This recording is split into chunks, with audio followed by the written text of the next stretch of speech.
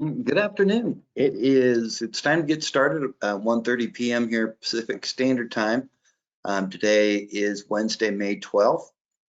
And introduction wise, really quick, my name's Cole Craven, and I am the Director of Safety at TPM, and we work with a couple hundred or so businesses in the wood and wood products industry. And so if you're watching it live, you're obviously a member of the association, and if you have questions following this, or you need me to review your policies and plans and all that fun stuff, I'm happy to do that. But this presentation is written from, I guess, from the perspective of what I've been seeing as far as, real world, what people are getting citations on or what they're getting in trouble for. There'll be another webinar here in another month or so where we're going to talk about specifically what needs to be in your plan and things of that nature. But right now, it's just kind of the mistakes we're making and how to avoid them. And so real quick, we'll just go over the controls. You've got an orange grab tab, should be in your upper right-hand corner, and that opens and closes the menu. You've got your mute and unmute screen. Right now, I'm not getting any feedback, so I think we've got everybody unmuted. You got your chat screen where you type the message and who you want it to go to, and then you send it off. And it can go to just me, it can go to another student, it can go to everybody. And that tends to be one of the most effective ways to communicate during this, especially if I have to mute it, mute everybody because we get a bunch of feedback. All right, and we're going to just jump right on into it. The most common one that I'm seeing is, well, quite honestly, people just flat out don't have a plan, or they've got a plan that was last updated in 1986, or it's really missing key elements of the plan. So you could have an old paper plan that you've had forever, and it may have been great when it was written, but what we're finding is as the standard changes, the plans aren't being updated to go along with them. And so we'll see on those plans, on those hazard communication or chemical safety plans, quite frequently, we're not identifying the key personnel, or the key personnel we have identified, who you would go to for the, the SDSs. They used to be MSDSs, or where the plant's located, or who's in charge of what to do if there's spills. They've either gone, or they're no longer with us, or they're working for somebody else. Quite frequently, also see that the method of how we inform employees of the hazards is either just not in the plan at all, or we don't describe in that plan that when we have a new hazard come into the workplace, here's how we will identify employees, or how we'll train them or inform them.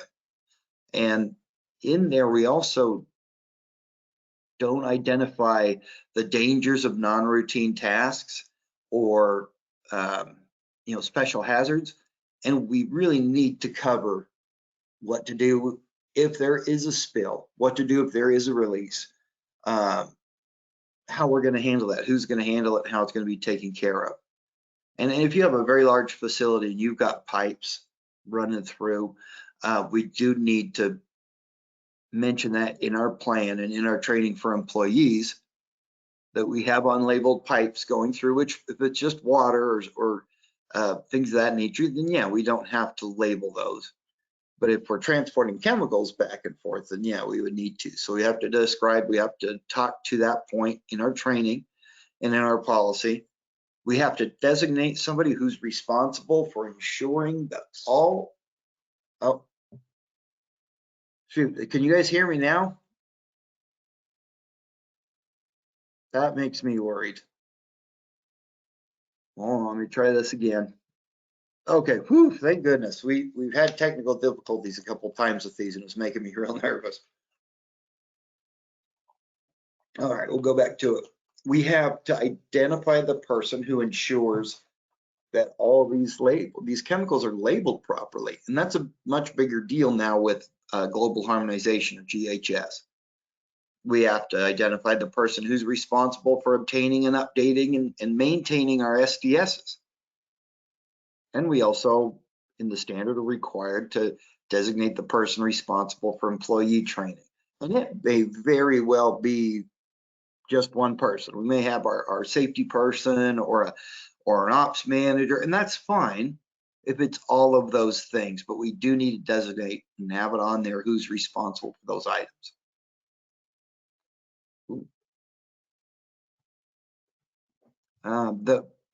We do have to have a unique program for each location. So if you have 2, 3, 4 different locations, each one of them has to have a specific hazard communication plan and policy. And there's going to be differences in the chemicals that are on each site. And so there should be separate chemical inventories. We'll talk about those here in a bit. We need to update all of our terminology to go from MSDSs. I'm trying to check your speakers and see if it's turned on to mute. Otherwise, Tom, we can hold off for a bit. You can log off and then log back on. Because I don't have anybody muted at all. Oh, hold on, I take that back.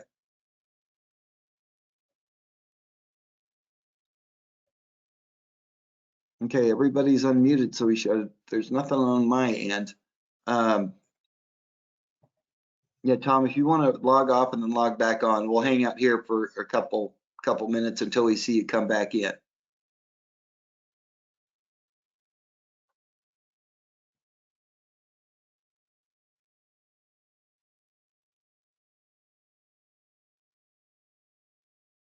All right, well, I haven't seen, oh, there we go. Yeah, on my screen, Tom, it's showing, if you're still with us, that it's showing that you don't have a microphone. And you don't have speakers set up, so I'm not sure what's going on there.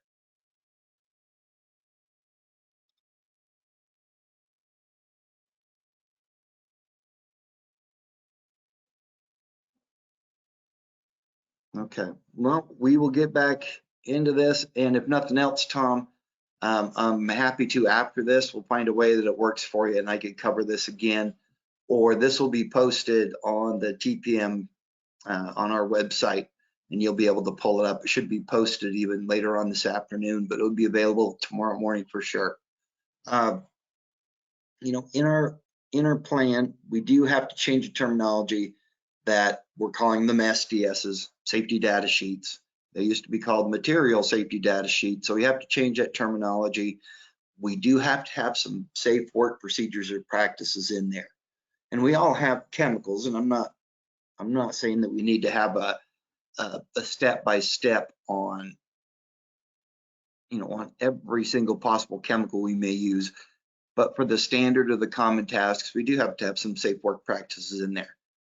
And we have to have documented employee training on the SDSs and how, you know, employees need to know how to read them, how to access them, and where they're located. Come on. I had to mute everybody. I started getting a ton of feedback on my end. I apologize. The second most common mistake I'm seeing with this, with people's HazCom plans, is, well, quite often there's just no training, or there's inadequate. By and large, we do a pretty good job of training them on that when they're first brought on board, when they're first hired, but then there's nothing really that follows that. And we need to have additional training when we move them to a new work area or a different work duty, because now the hazards they face are going to be slightly different. We're supposed to train them when a new chemical is introduced into the, you know, into the work environment. And we need to, you know, and I've had beat up the SDSs thing, but with global harmonization, we need to teach them how to interpret those SDSs and also how to interpret the new labels. That's the other big thing with global harmonization. And we have to include information about the specific chemicals that they're gonna encounter, and the appropriate PPE. How do you protect yourself? Control measures if it gets out of its container or we have a fire. what we need to do to be able to work with it. And then, God forbid, we have the bad thing. What is their role in that? And we don't have to designate every single employee to be cleaning up a chemical spill if we have it, but we do have to, at a minimum, tell them, here's who you contact. And we'll go over a very high level kind of chemical spill, map, if you will, at the end of this, or some directions. The third most common mistake is missing labels, inadequate or missing labels. Like we'll have that jug of mystery stuff that's been around that we've been putting waste oil or used cutting fluid or something in for the last 20 years. Well, we don't honestly know what that is. And so be it. We'll pay for somebody to take that away. But all of these other things, especially when we're filling secondary containers, they've got to be labeled, tagged or marked something. Now a lot of the times the chemicals we're using might be petroleum based or oil based, and that sticker on there is just never going to work because it'll come right off just because of the properties of the chemical that's in that bottle. And so we may need to tag it, where you put it on like a plastic tag and laminate it and zip tie it to the chemical. But they do have to all be labeled, and the labels have to be in English. They have to be legible. That's another important one. And they have to be prominently displayed. With the advent of global harmonization, you should be seeing now at this point labels with quite a bit more information, and you should be seeing labels that have pictograms on them, identifying the hazards. But here's some of the things we're seeing, real world, is that first bottle that says kerosene with a question mark on it. That's, well, the question mark absolutely makes it a bad idea. And we are required to put a little bit more information on that, but at least without the question mark, it was identified. When you put the question mark on there, now you've willingly and knowingly mislabeled the chemical container, and you get cited $6,400, if not more. I do see a lot of secondary containers that are food or drink containers. I see that at multiple locations, and that just absolutely we got to get out of the habit of doing that. And then this one is another account where just a jug of mystery stuff. We have no idea what it is. So we would move that to an area where nobody's going to get into it. We would pay for a service to come in and dispose of it, even though we have no idea what it is, because this would be impossible for us to label, because it could be 10, 15, 20 different chemicals. So if we have it, so be it. We need to have a plan. We got to know what we're doing with that stuff. So the labels, this might be it's kind of a toss-up. What's the biggest thing that global harmonization has done? Well, it's done really two things, and it's either the labels or the SDSs are the biggest one. But the labels now, you should be seeing them, and they should look very much like this all the time. It's going to say what it is and what's in it that can hurt you. It's going to show the signal words of, is it flammable? Is it caustic? Is it under pressure? Is it poisonous? You're going to see a signal word. It'll either be danger or warning. You'll see the hazard statement, and it'll tell you, whether or not you need to have PPE on, whether or not you can't breathe this stuff in. And it also will have the supplier, where they are, and a 24-hour telephone number. And so if we don't have these labels, we would go and request them from the manufacturer.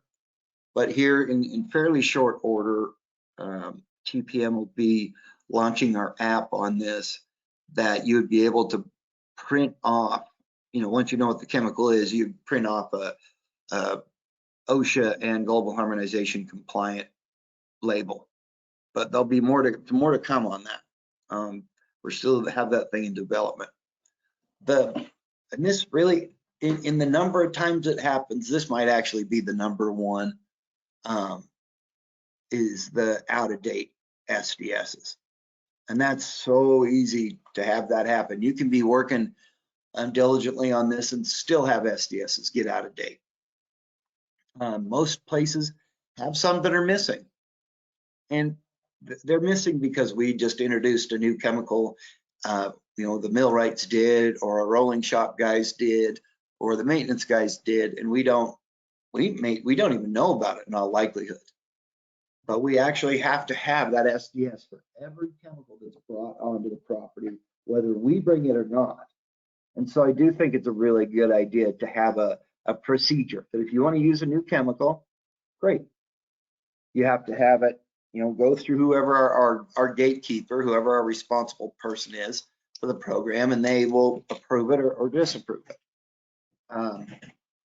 And so that's one that there's a lot of exposure out there. And realistically, I'd say probably everybody on this call has some exposure on the out of date or the just flat out missing SDSs. Now, these have to be available to the employees and to any employee at all times without any supervisor's permission. So keeping it on a supervisor's computer isn't acceptable. There literally cannot be any barriers to them being able to get a copy of this if they want it, of any of our chemicals. And so some of us are using electronic SDS, safety data sheet management system, and that's okay, but it has to be reliable. It has to be something that works whenever we need it to. But we have to have a backup system in place in case we have an emergency. If it's on one computer in the shop and we have a fire or a power outage, we still have to have a way to access those for the employees. So it's not a bad idea to either keep a paper copy or have your electronic management system be housed on another server. But it's, as I deal with this over the years, more and more, I think that the paper copies are probably the more reliable, safer way to go, as long as we can keep them updated. Global harmonization, this is the other big thing that changed, was the SDSs. And this may not seem like a big deal at all, but it really is an important change in that now those SDS sheets, formerly MSDS sheets, have to have the same 16 sections in the exact same order every time. And that may not seem like anything important, but prior to global harmonization, you could have your SDSs be in quite a few different formats with quite a variety of different information that could be on it, in really whatever order you want to have it in, or whatever order the manufacturer wanted to have it in. And there's probably, a person or two maybe on this that's attending this and it's like, what the heck is global harmonization? I still run into some of those.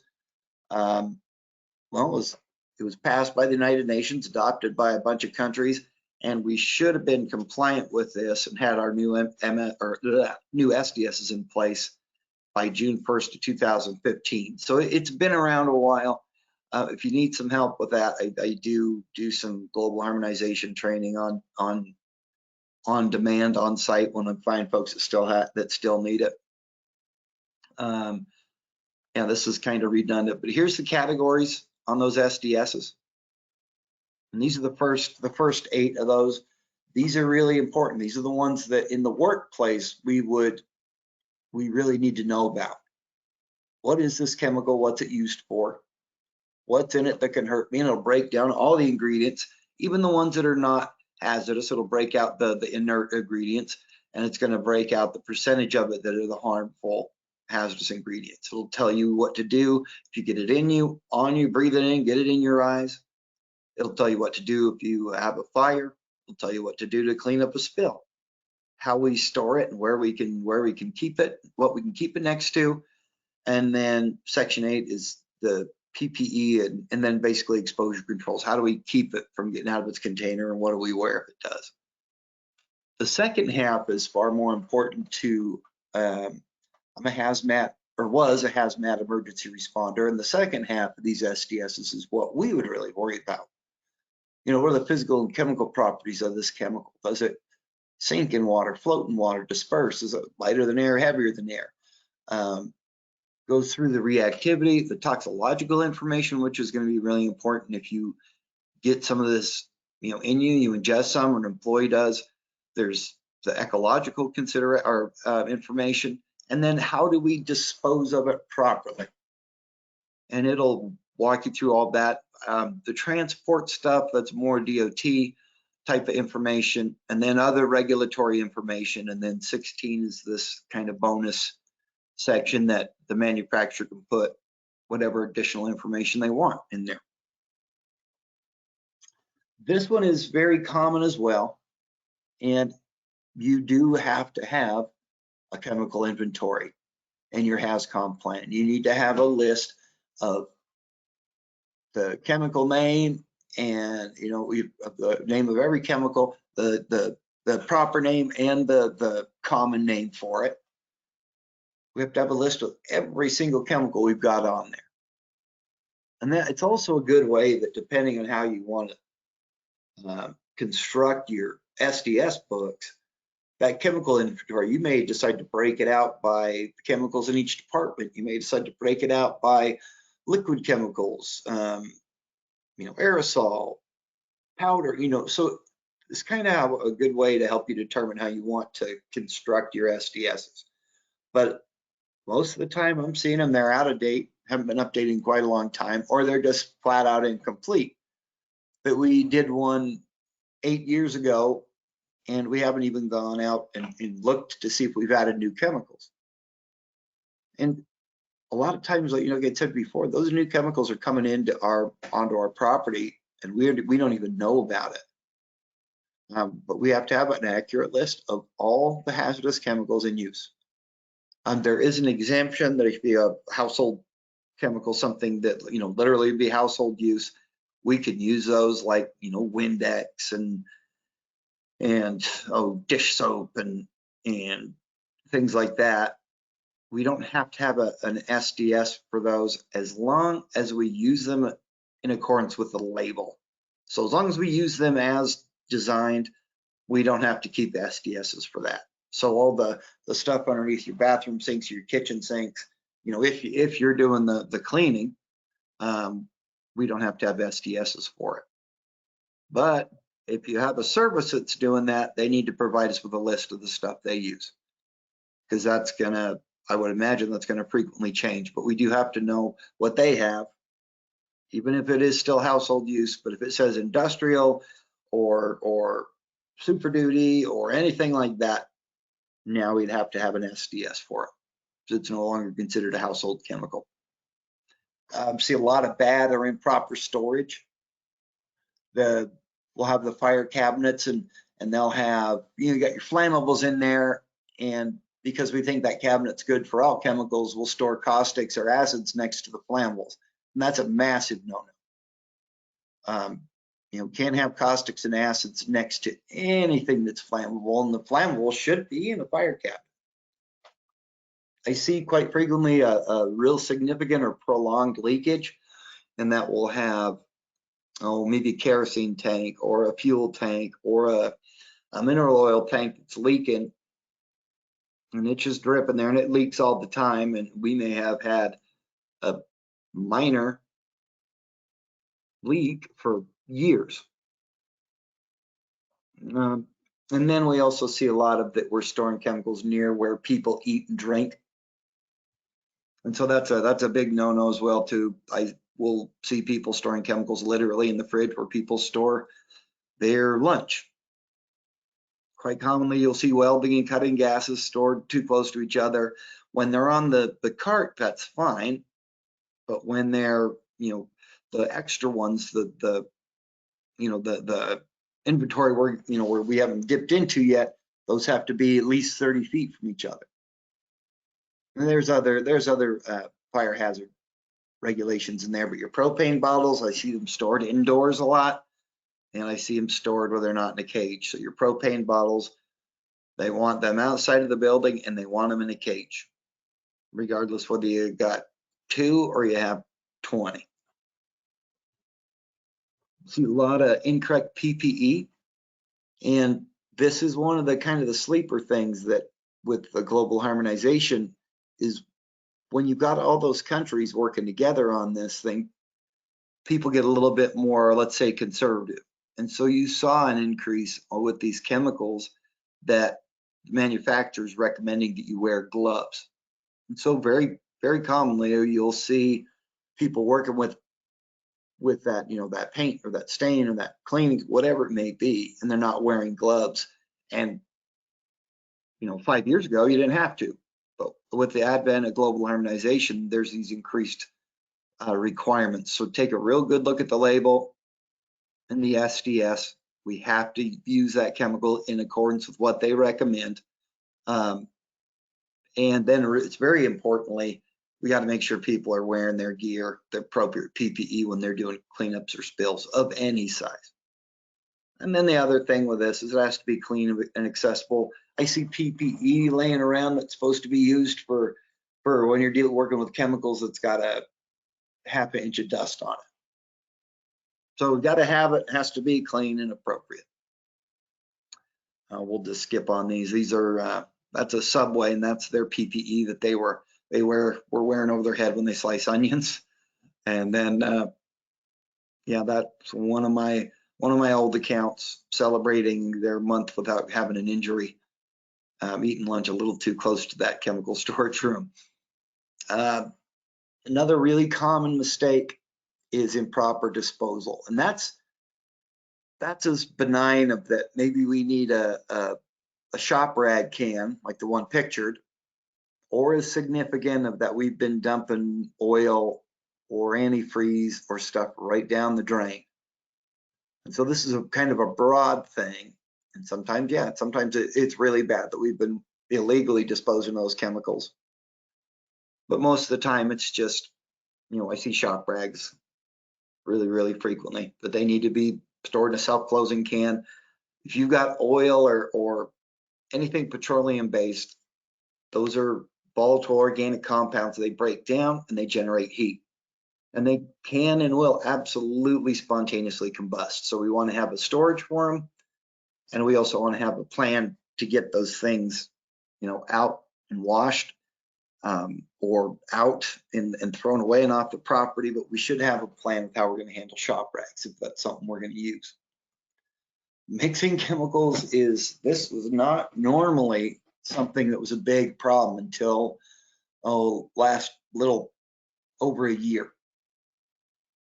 And then I have had multiple instances where people have accidentally, no, this is no joke, they've accidentally made chloroform, they've accidentally made chlorine gas, accidentally made peracetic acid and hydrochloric acid just by mixing household grade cleaning chemicals.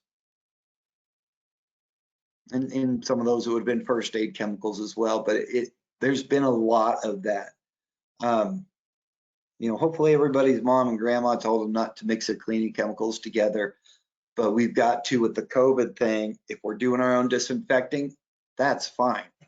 We're going to pick one chemical that we think is the best one for it, and we're going to use just it for that disinfecting. We don't want to be mixing anything, especially that has bleach in it or anything that has ammonia in it. And so that's an odd one that we've seen an increase on those.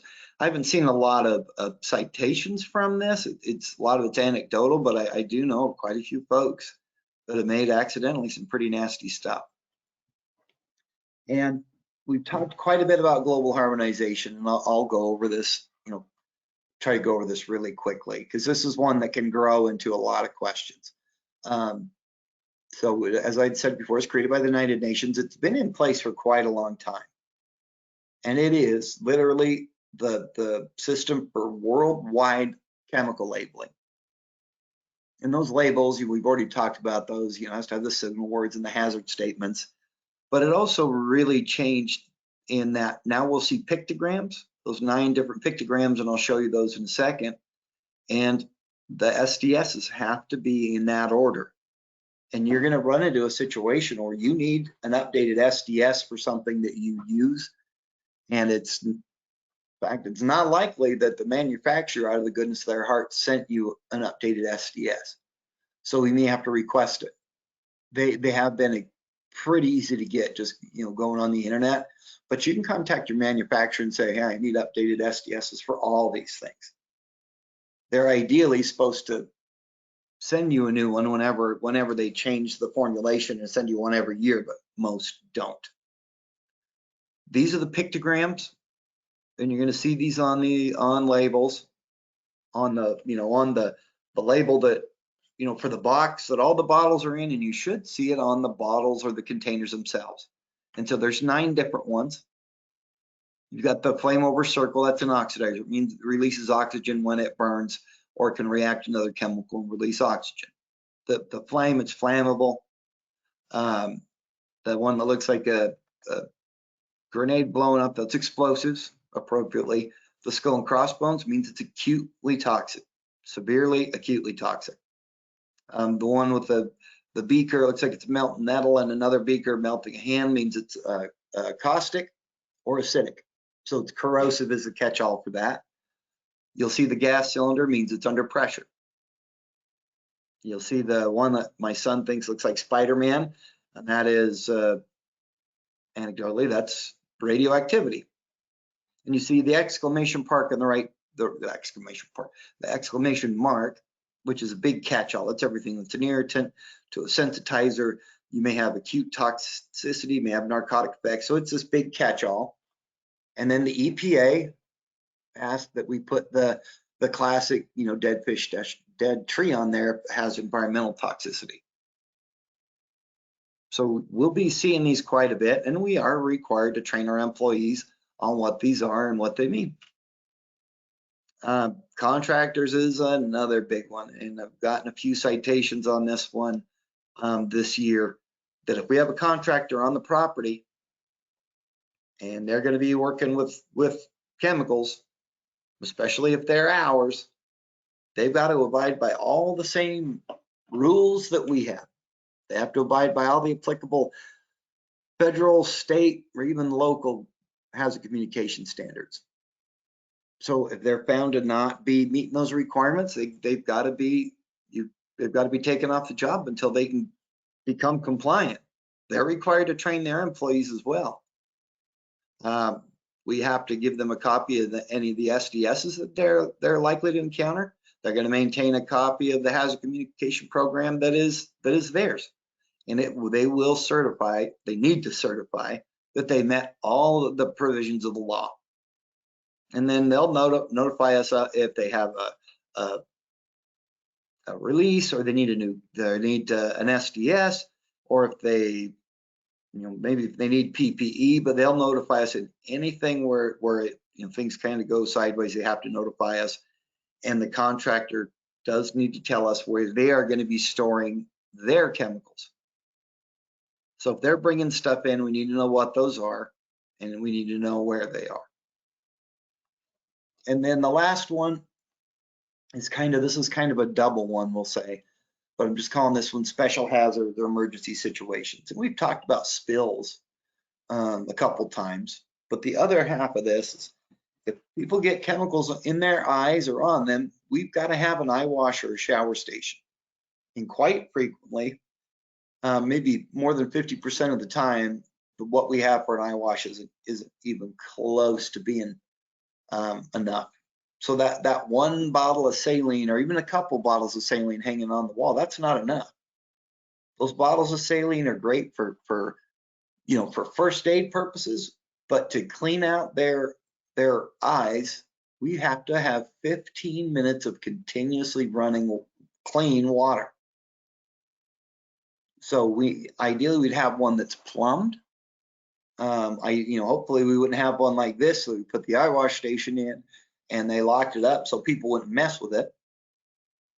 But also it's very common to see that eye wash station, whether it's a plumbed one with a drain pipe and all that stuff, or it's one of those mobile ones that you pull the panel down and there's a huge container reservoir of water and it goes for 15 minutes. But it's really common to see those be blocked by equipment, by product, by trash, by a bunch of different things. And those can never ever be blocked. Those they have to have unimpeded access all the time. And then the other thing that's kind of part of the same thing, the special hazards or emergency situations, I see that we've done no training on how to handle a spill. Quite often I see we don't have a response kit of any kind. There's nothing. We don't even have kitty litter to absorb something. And you don't have to have some big, expensive, huge spill response kit. You know, there's going to be some of us that all we need is like a bag of kitty litter or sorbent and a shovel and a broom, and we'd be great. You know, if you're getting with, you know, if you're dealing with, you know, more chemicals, obviously, than that, then you're going to want, you know, if ideally you'd have one of those over storage 55-gallon plastic 55-gallon drums, or they're bigger than the 55-gallon drum, with booms and socks and pads and all sorts of stuff in there. And I have seen on a few occasions now where we've got quite a large amount of chemicals, and there's no containment. So you'll cross a threshold, and once you cross that threshold, you're required to have containment if one of those, you know, one of those big containers gets out of its package and leaks. So that's one that you'd probably want me to look at individually. And if you are a member of the association, I'm happy to come by and take a look and see if, you know, what you've got. You know, one is containment, and if it's sufficient. And if we don't have containment, then I'll recommend something so we can be compliant and safe. And this is not a formal plan or procedure, but we do need to have something that looks like this, that if we have a spill, whatever it is, that they have a step-by-step, you know, a roadmap, if you will, what they're supposed to do. So if a spill, once you notice it, you know, inform your supervisor, immediately alert everybody in the area and evacuate the area if necessary. Find out what the chemical was. And then they need to decide that if it's that bad, do we need to call 911? We should have bullet points in there saying, you know, wear your PPE as referred by the SDS or the label. And then we absolutely will want to refer back to that SDS, because it will tell us how we can dispose of that chemical once we've contained it. It will tell us how to dispose of those booms or those socks like you see in the picture up in the corner. Because yeah, that spill's contained, but now we have a bunch of contaminated stuff, and a lot of times we don't know what the heck we're supposed to do with it. And people throw it away in the regular trash. And there will be times where that's absolutely acceptable, and there will be times where that's absolutely not acceptable, and we need to go to the SDS for that. This is kind of a short presentation. It probably didn't feel short. You're going to see more on hazard communication plans that are a little bit more in depth. I'll be doing one. I believe I'll be doing one in June and July. There has been one that we've done before that you can go back and review, but it's more of a, you know, helping people build their plan and having it be, you know, built right to start. There's no attachments with this, so there's no materials. When we do the other hazard communication, you know, policy plans training, there'll be attachments, there'll be boilerplate stuff. But if you need anything like that, and you can't wait till, you know, we do the other webinar, if you're a member, please that's my cell phone number. Best way is probably my email. It's the most reliable. And you can email me and tell me, hey, Cole, I need a hazard communication plan, or can you show me what a chemical inventory looks like? Or if you like this presentation, you want to show it to your managers, just let me know, and I'll compress the pictures and everything and send it over to you. You know, if you guys are members, or if you're on this right now, you are. But I want to thank you for attending this.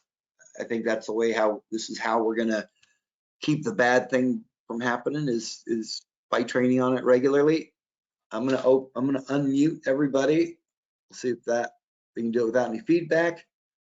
You guys have any questions? Feel free to chat them, or you can ask me over the. Oh, thank you, Susie. I appreciate that. All right, guys, that is it. If you need information, please feel free to contact me afterwards, and take care. Thank you. I'll leave this up for just a little bit longer.